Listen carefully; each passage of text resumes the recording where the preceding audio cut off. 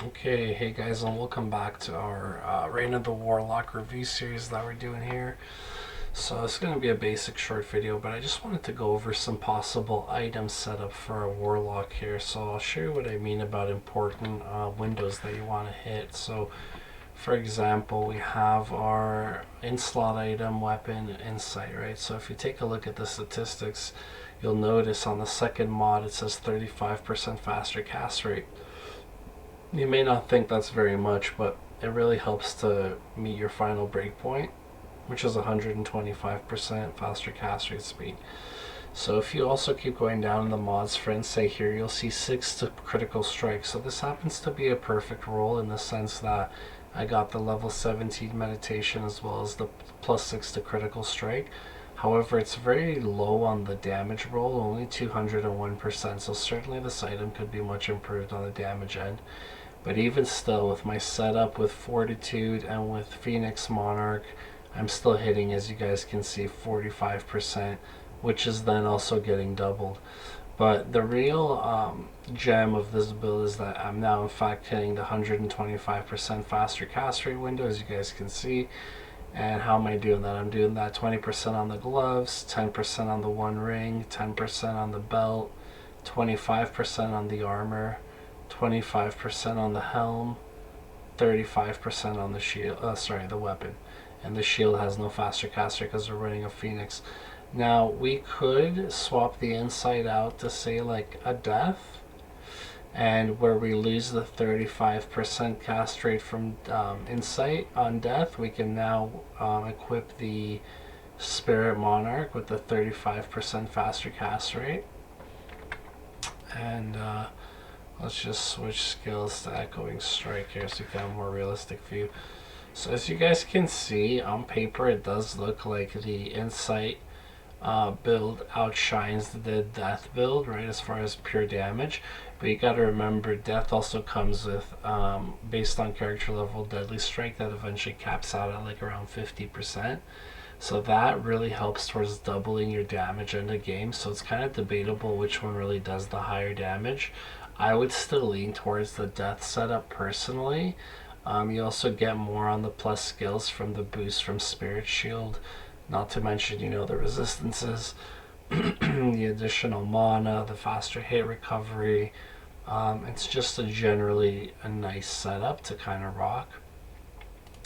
So as you guys can see with this setup, we're still hitting that 125. So both of our setups we set up in such a way that they both hit the 125. So it's just a matter of, if you're going to rock Insight as a weapon, you have more flexibility with your shield, or if you want to wear a Codex, one of the new shield types for Warlock, or if you're really fixed on something like Death like I am, in that case you're going to probably want to rock the Spirit Shield to make sure you're still hitting that 125 window. And the reason for that is that, like, let's say, let's just go to Black Marsh here in Hell for a second. We'll do our pre-buffs. Oh, I guess we don't have that equipped. So anyway, just to show you guys quickly, the reason is this right here. It's the speed at which you can cast the Echoing Strike and actually take down your opponents. And so it's very important to keep that on the top end of 125. If you're not able to meet that because you don't have the items yet, or whatever the case, I can appreciate some of these items are not that easy to get, like Griffin's Eye. What you can do is basically just wear the Insight, right, which gives you the 35. You're still doing great damage, and like I said, you got the built-in critical strike, which doubles your damage. So even if you have to give up some of the deadly strike slots on your armor, such as Girium's face, or maybe the Gore Riders have to come off, that's okay because you've got the built-in critical strike. It doesn't do quite as much as a high deadly strike chance, but it's still somewhere in like the 30 or 40 percentile, so it's really not bad. Okay guys, so yeah, this is going to be a short video. I just kind of wanted to show you what my guy was rocking.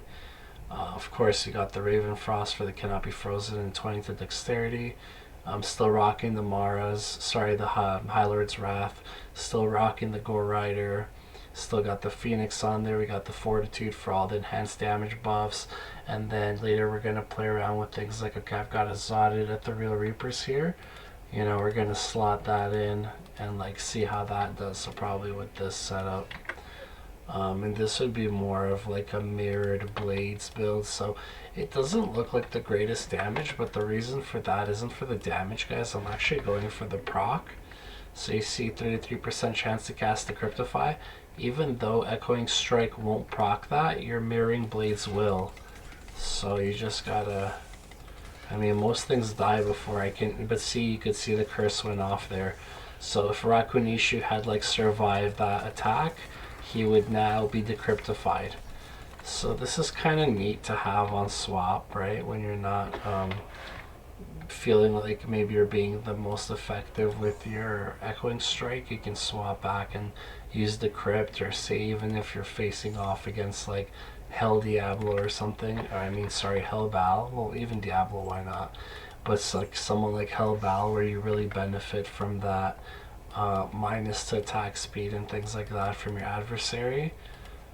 You know, it's worth a consideration having one of these on swap. Now, it does have to be Zotted if you don't want to lose durability, and that's because Mirrored Blades, I'm pretty sure, does affect durability. In fact, I know it does. I tested it out, the Netherreal item. I wish I hadn't. But Echoing Strike for the time being does not. So if you were running only Echoing Strike, I could like say have this Reaper's Toll and put like a Burr Rune or Enhanced Damage Jewel. But as soon as you want to use it to cast to proc the Decryptify, then you're going to need a Zotted version, because you're going to have to run Mirrored Blades or Basic Attack or whatever you're choosing to go with.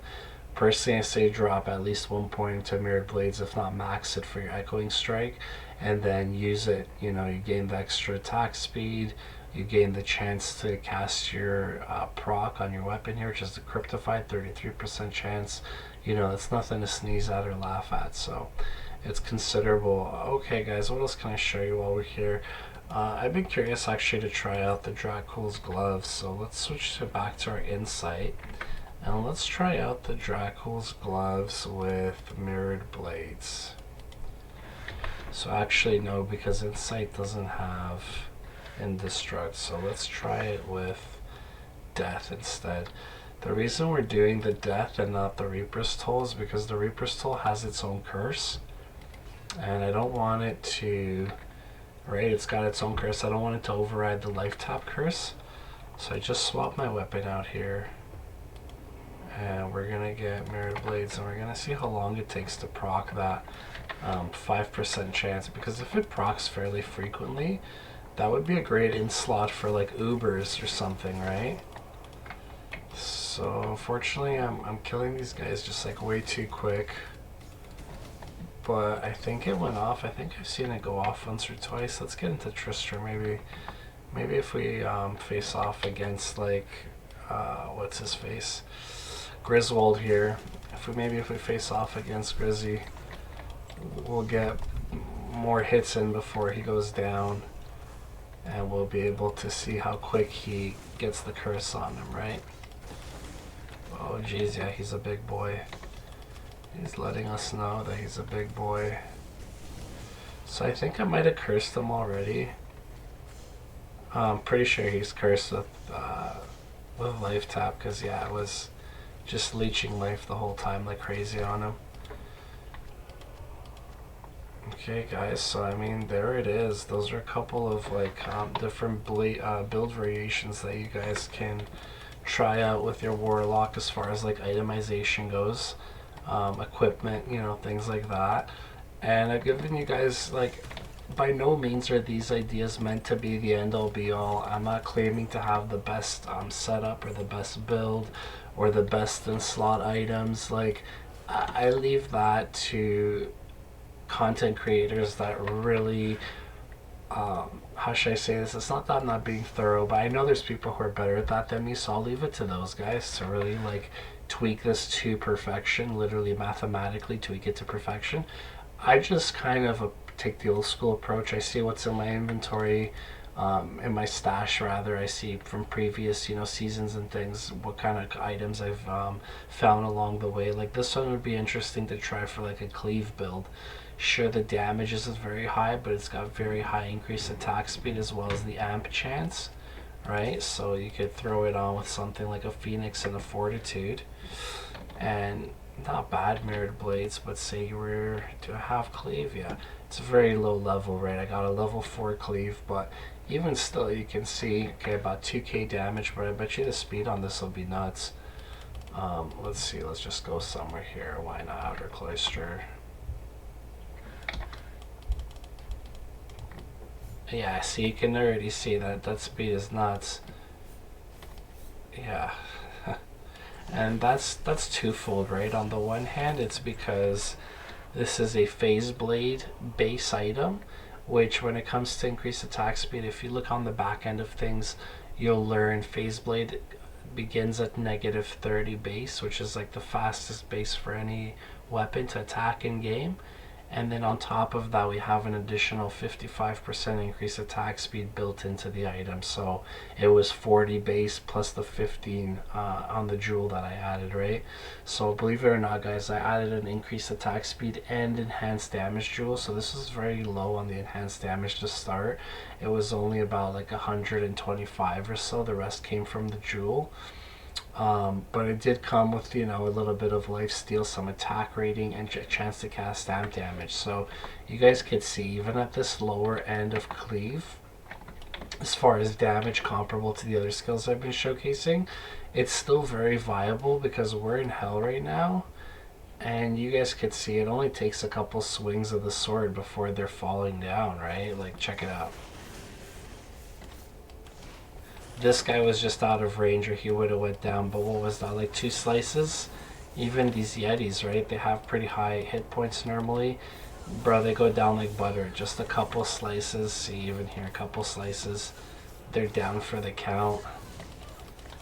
And I'm pretty sure cleave does allow you to cast, like if you have curses and things on your weapon, I would think cleave would allow you to cast those. But I guess TBD, remains to be determined. But I'm pretty sure that 5% chance to cast stamp damage will carry over. Now again, if you wanted to, you could swap this out for G-Face, you could swap this out for Lance Guard Shield, and you could bring up your Deadly Strike to almost 100%. And, you know, between all that and the High Lords and the Gores and everything, and you'd be doubling your damage here. So that's just a playstyle preference right now. I'm liking the faster cast rate that Griffins is giving me, as well as the 42. So I'm going to keep things as they are. I also like the level 11 redemption that I'm getting from this Phoenix right now. It can go up to 15%, I believe, which is more desirable, but like this isn't bad. So, you know, if we've come all the way to Tristram, we may as well get for ourselves a leg. So let's get Wart's leg for a future Hellcow run while we're here. And I think that about does it for this video, guys. We'll catch you in the next one.